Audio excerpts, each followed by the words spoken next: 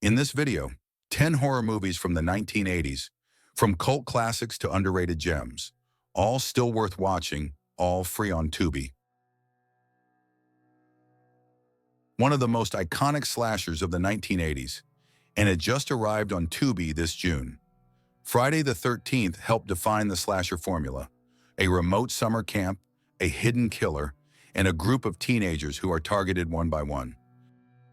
The use of first-person camera angles and sudden bursts of violence created a new cinematic style for horror.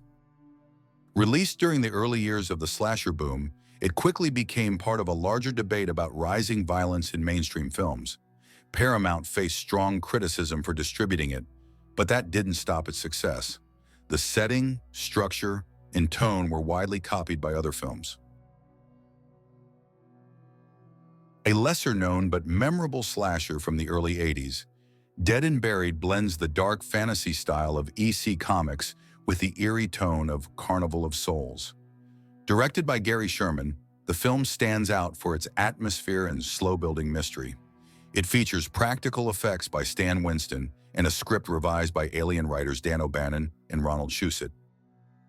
Set in the quiet coastal town of Potter's Bluff, the story follows a sheriff investigating a string of violent murders. Strangely, the victims later return, now alive and behaving like ordinary townspeople. His search for answers leads to the local mortician and something far more disturbing involving voodoo and reanimation. For many fans, this is Fulci's defining film, a cult midnight movie filled with nightmarish imagery. The Beyond is part of his Gates of Hell trilogy and loosely follows City of the Living Dead, but stands on its own as one of the most surreal and violent Italian horror films of the 1980s. Set in Louisiana, the story centers on the Seven Doors Hotel, inherited by Liza Merrill. She plans to reopen it, unaware that it sits atop one of the gates to hell. The hotel's history includes dark rituals, demonic forces, and brutal deaths.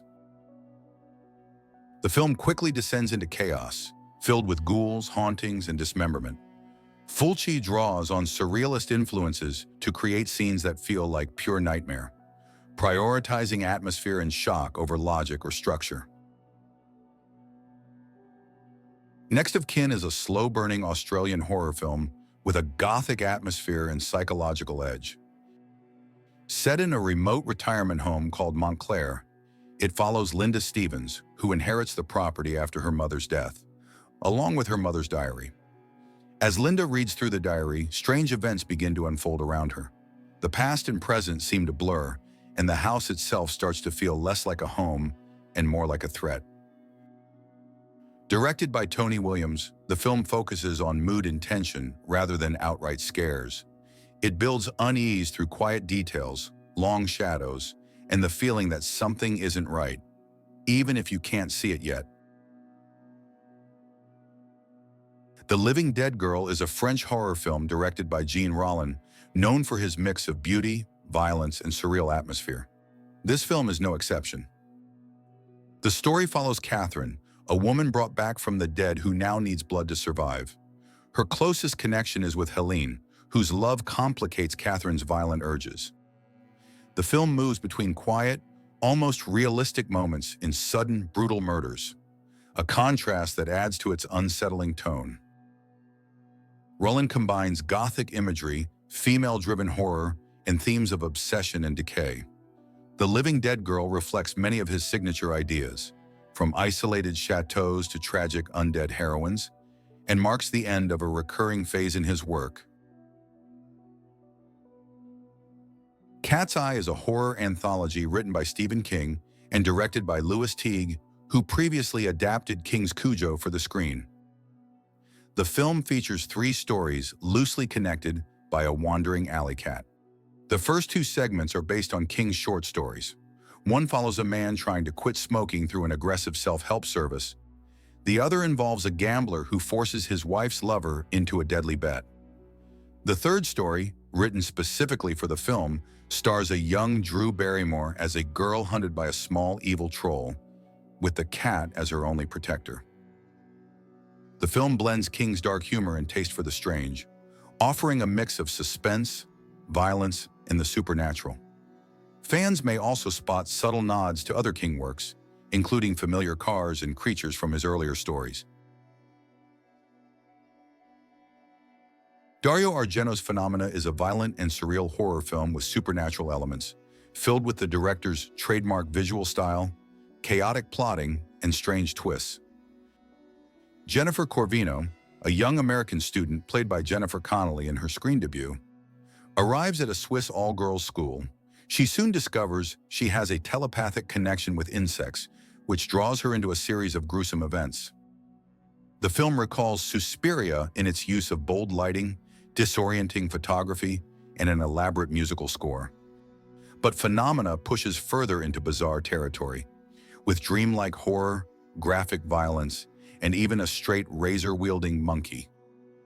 Grotesque, stylish, and unpredictable, it's one of Argento's most eccentric films. A group of people attends a mysterious movie screening at the Metropole Theater in Berlin. As the film plays, what happens on screen begins to unfold in real life, and the audience is slowly transformed into bloodthirsty demons. Directed by Lamberto Bava and produced by Dario Argento, Demons brings together key figures of Italian horror. The eerie score by Claudio Simonetti and gruesome effects by Sergio Stivaletti add to the chaos.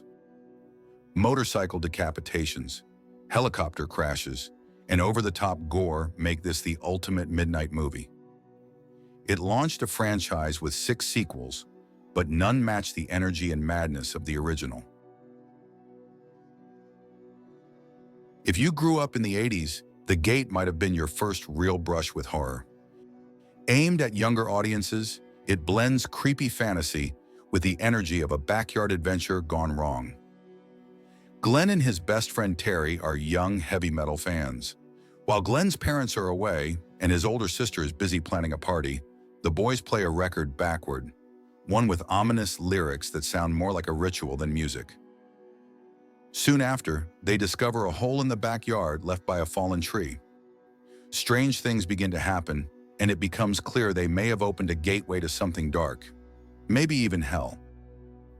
The Gate is a strange mix of childhood adventure and light horror. If you're watching it for the first time now, it probably won't scare you, but if you saw it as a kid, it's worth revisiting for the nostalgia and its oddly memorable charm. One of the most unexpected musical hits of the 1980s, Little Shop of Horrors is based on a low-budget Roger Corman film about a man-eating alien plant.